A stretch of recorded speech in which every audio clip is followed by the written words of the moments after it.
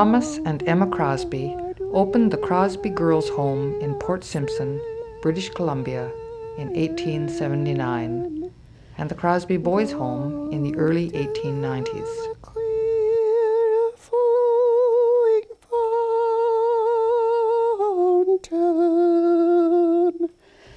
Elizabeth Shaw wrote the following letter in December 1898 or early 1899 in Lakalzap, Greenville.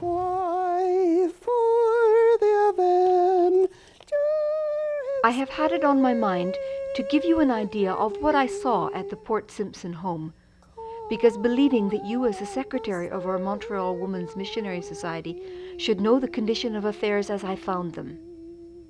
I have delayed writing from week to week, as the task is anything but a pleasant one.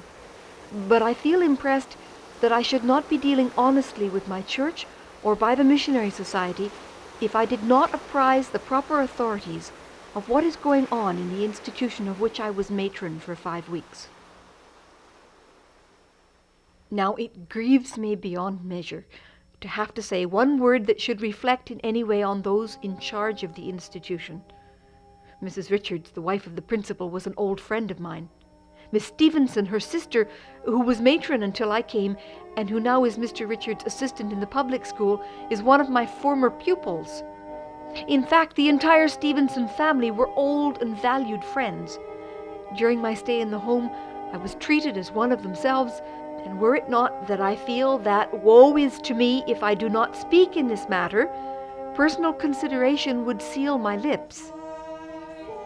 You will, I am sure, understand how hard it is for me to say this, which I feel I must say. And I have prayed that I might be spared the performing of this hard duty. But the more I have wrestled and reasoned, the more convinced I have become that God has laid it upon me to place this matter before you who are so competent to deal with it. I know that the Boys' Home is not under the auspices of the Women's Missionary Society. But would it be right of me to have you in ignorance of what I believe to be a crying evil, when I know that you have the welfare of our whole mission so at heart? I have asked myself the question numberless times within the last 3 months, and conscience has always answered no.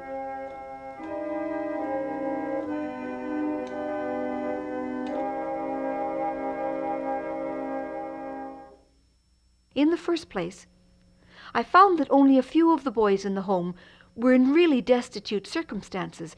That is, the majority of them had homes of their own and parents abundantly able to look after them. Now, to my mind, this in itself tends to degrade rather than uplift them. The parents and children are separated and inevitably grow away from each other, and the parents are relieved from all responsibility in training their boys and girls, and to a large extent their support as well. Now, I cannot see why people in the East, poor people, as many of the contributors are, in our district at least, should be sending their hard-earned money to support the children of well-to-do Indians who are abundantly able to take care of themselves. Of course, these Indian parents are not sufficiently advanced, either mentally or morally, to give their children what we would consider the right kind of training, though after more than a quarter of a century of Christian teaching, one would imagine that they should begin to understand something of the duty devolved upon parents. But so far as I could see, our homes are not supplying this need. Good schools are an absolute necessity, and under the Indian Act, attendance upon schools is compulsory in British Columbia. What these Indians need, as far as I can make out, is a something that will enter into their everyday life and purify that. I suppose the originators of the home system thought that the sending of well-trained sons and daughters back into their Indian homes was the best method of accomplishing this. But I think that no candid worker in this field will go so far as to say this result has followed. After 5 weeks of matronship, I could understand why. In this home, there were 21 boys ranging in age from 6 to 20. From the oldest to the youngest, every one of these lads had his thinking done for him. The minutest detail of every boy's life was supervised by somebody, and his thinking faculties were fairly superintended out of him. What do you think of locking dormitory doors upon boys, most of whom are on the verge of young manhood. This is the unwavering rule at the home, and if during the night one of them wanted to go out, he had to knock on the wall, and if he succeeded in waking the matron, she had to get up and let him out, await his return, and relock him in again. If he did not succeed in waking her, but I need not explain further. From the overseeing of their private devotions in the morning to the putting of them to bed at night, they are constantly being watched. For 13 years in the East, I taught children of all grades and sizes, and I know that this kind of treatment would have simply paralyzed their faculties. Are the Indians made of different materials? I have often looked at those 21 boys in the Port Simpson home and wondered if a method which made a machine of human beings formed in the image of God could be a right one. Before I came into this work, I, in common with most of the other women of the Woman's Missionary Society, supposed that the one great aim of these homes was to bring these Indian children to God, and through these children to reach the older people. You may imagine my feelings when, on questioning the boys, I found that only 3 out of 21 had any desire to become Christians. And you may know how my heart was wrung when I found that most of them fairly hated the name of religion. This was particularly the case with the older ones. In fact, they all seemed to detest everything in connection with the home. And really, when I think of some of the scenes that I witnessed there, I can hardly wonder at their feeling. The slightest mistake on the part of the boys brought down the wrath of the authorities, and the severe floggings, which were the almost inevitable consequences of wrongdoing, seemed to me in many cases to be out of all proportion to the gravity of the offense. I know that children need to be corrected, and Indian children are probably no exception to this rule. But to keep them in a chronic state of fear, as these children apparently were, seemed to me to be wrong and unnatural. I can truthfully say that I never was in any place where I saw so little manifestation of love and sympathy as in that mission home at Port Simpson. "Never trust an Indian" was a quotation I heard very frequently, and truly it seemed the rule in that institution. None of the boys were trusted, and right well they knew this lack of faith in them. One of the big boys put the matter in a nutshell when he said, "We never receive anything here but a threat or a command." These children never seemed happy. They did not play as other boys so far as I could see, and there was considerable skin disease among them, which was, in my opinion, partly due to insufficient diet. I would not like to state that such a thing was of regular occurrence, but I can positively say that again and again during my matronship, I was compelled to set meat before the boys that my brothers would not set before their dogs. It was so nearly rotten that the smell of it when cooking was so bad that I really could not stay in the kitchen, and the boys, hungry as I'm sure they were, said that they could not eat it. This, when there was abundance of good wholesome food in the house, seemed to me inexcusable. In fact, there was abundance of everything thanks to the generosity of the badly mistaken people of the East. And if you could have seen the piles and piles of warm, comfortable clothing locked away in the storeroom, and then took a look at the thin, patched, yes, and ragged clothes of the few boys that were not supplied with comfortable clothes by their family friends, you would have wondered, as I did, what it all meant. When I asked why I could not make over some of those good clothes for the 2 or 3 orphans who needed clothes so badly, I was told that they were to be exchanged for fish.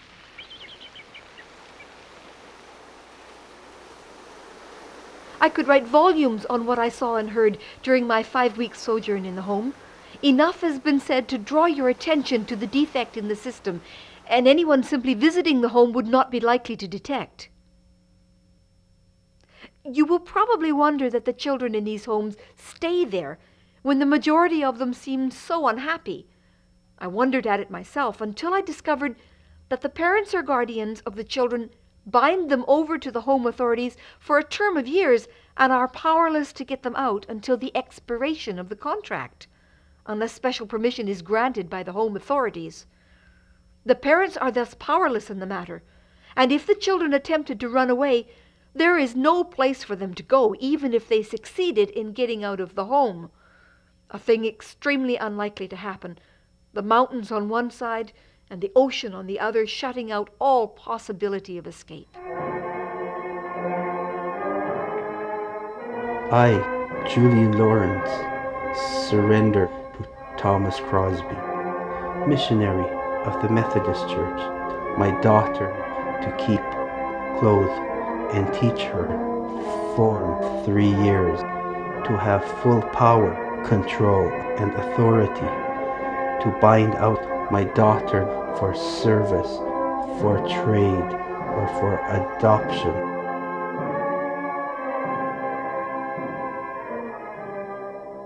I very much fear that the girls' home is conducted on pretty much the same principle. Of course, I never lived there, and consequently did not see behind the curtains of the institution as I did in the boys' home.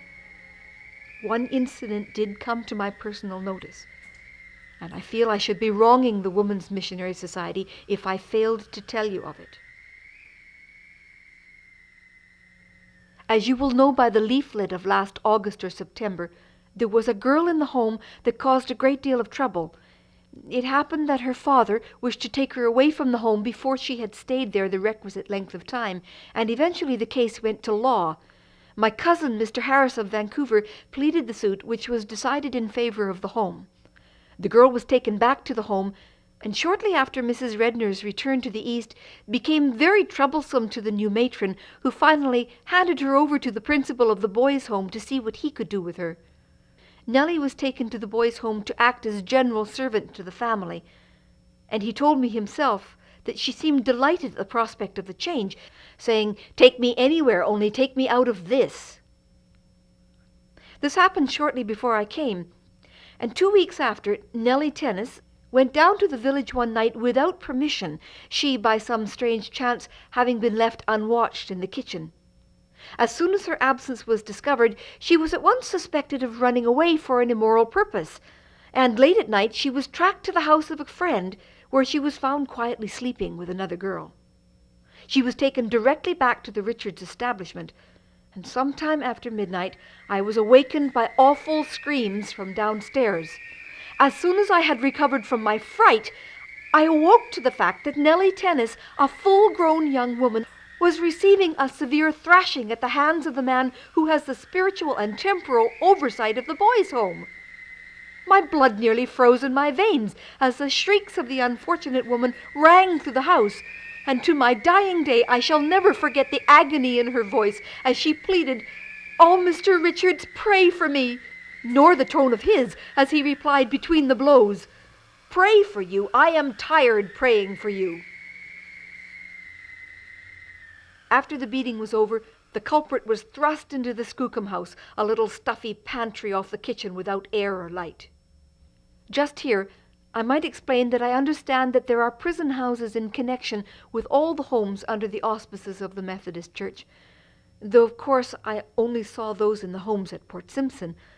But if those are fair samples, they are a disgrace to our fair Methodism. They are regular jail cells without modern jail improvements. I often heard it said at Port Simpson that the girls' home could have what they liked, as they had the whole of the Women's Missionary Society at their backs. And if this is so, I think in common humanity some means of ventilation should be provided for the prison house in connection with that institution. But to return to poor Nellie, who was locked up in one of these places, I forget how many days. She lay on the floor with no better bed than an old mat and a blanket. When I tell you that at the same time she was suffering from a large running sore on one of her hips, you will realize something of what a system must be where such a system could be tolerated. The next thing I heard was that Nellie was to be married. Some man in the village who wanted her had sufficient influence with the powers that be to carry his point, and they were married forthwith, Nellie being taken out of prison and her hair curled for the occasion. I do not say that this is a typical case, but what do you think of a Christian institution where such a thing is a possibility? Am I wrong in thinking that such a system is detrimental to the cause of God? Is this the only way to manage Indians? How is it that after half a century of Methodist effort among these people, we have no native preachers or teachers? Communicate with Reverend Osterhout. He is, I think, in a position to give an intelligent opinion upon the subject. And while I cannot retract one word of what I have said, and am willing to reaffirm all my statements if need be, I have no desire to figure as a sensationalist before the Methodist public. I have always had a horror of publicity of any kind, and only the sense of duty in this matter has nerved me to write to you. The home system now in vogue is a blot to our fair Methodism, and I feel that I would be false to my friends, the majority of whom are constant contributors to missions, if I deliberately suppressed these facts. 5 weeks in the boys' home upset all my preconceived ideas of missionary work. It was a revelation to me, and if I thought that the methods practiced there were known and approved by the General Board and the Women's Missionary Society, I should have left mission work forever. This has been burned into my heart. I could keep silence no longer. Use this letter as you see fit. May the day speedily come when there will be a change in our Indian missionary work.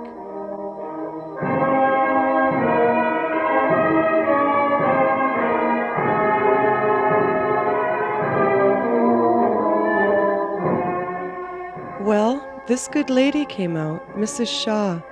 Poor lady. She just broke down when she found out that the Mission Society had no allowance for her. They did not tell her till she was in Simpson. She was very much deceived. If it was not for Mr. Osterhout's good feeling that to save her from shame, he sent her up to Greenville to teach there, which, after she accepted, when she found out the mistake, she took a very severe illness and was laid up for several days in the mission house. We did feel so bad for her, poor woman. Mrs. Shaw, the fully consecrated woman, who we thought was going to be such a blessing to us, has proven the very opposite. I never was so disappointed in a woman in my life. Mrs. Shaw was brought out by Mr. Richards, but after 1 month was so disgusted with the home business that she asked for another situation. I was very sorry for her, as she is an admirable lady.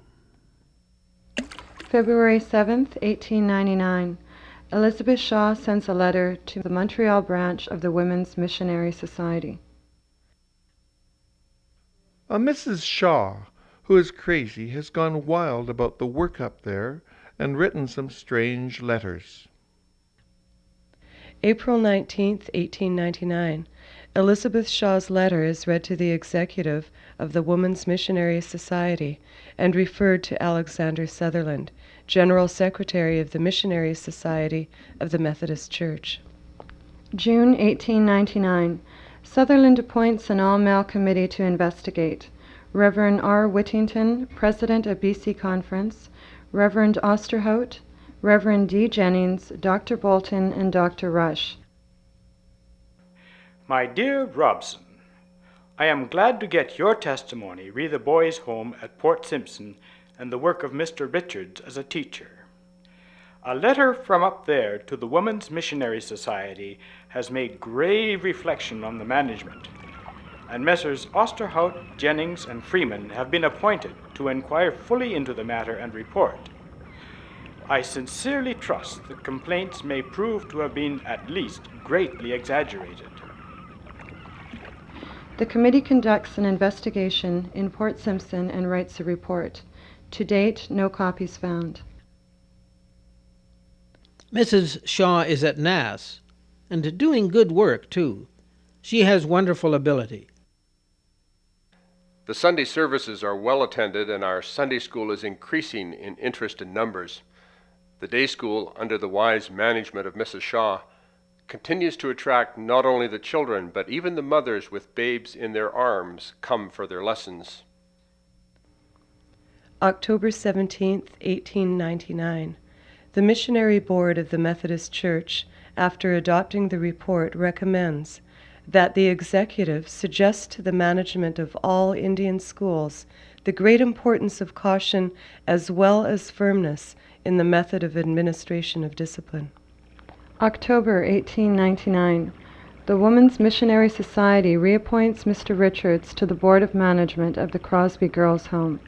Mrs. Elizabeth Shaw resigns as teacher in Lakalzap, Greenville, due to ill health. Owing to illness, our teacher, Mrs. Shaw, was obliged to return to her home in the East. We were very sorry to lose her, as she was not only an excellent teacher and a valued friend, but an efficient helper in all departments of our work in this place. January 17th, 1900.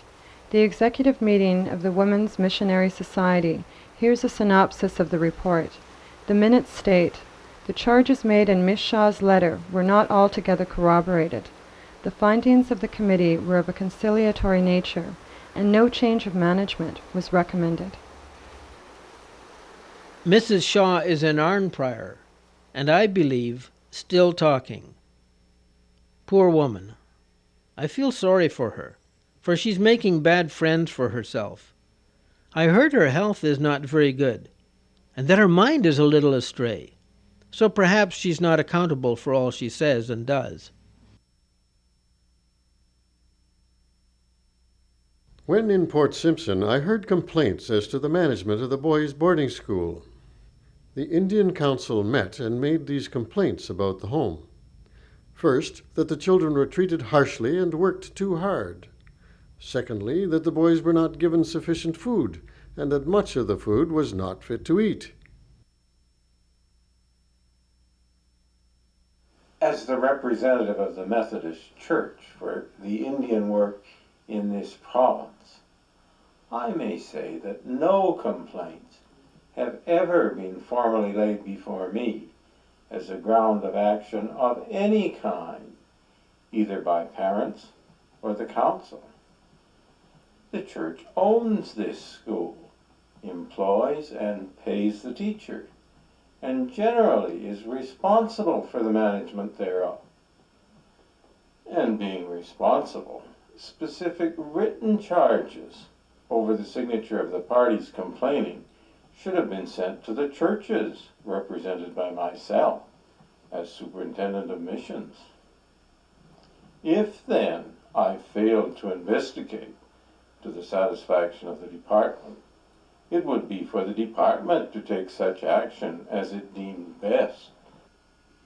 Should the department persist in this investigation and so ignore and sidetrack the church, the consequences on the Indian mind will be of the most serious character.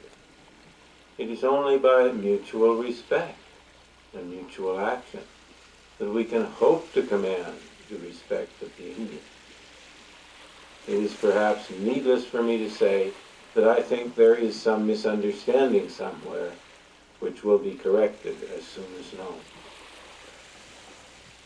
After the investigation closed, it was unanimously agreed the complaints made in regard to bad food being furnished to pupils was not proven. But irregularities and want of tact on the part of the principal justified the parents in laying complaints and demanding an investigation. Therefore, in the interest of the institution, we beg to recommend that a change of the principalship be made as soon as convenient.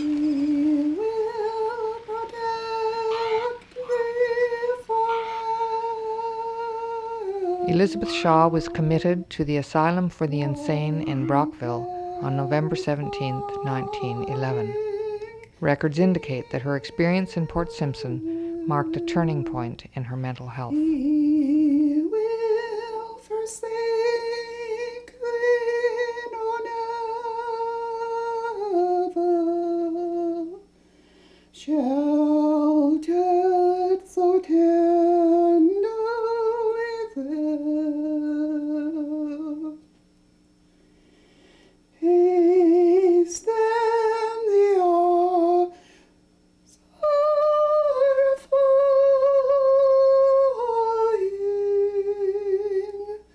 spend not a moment in sighing. See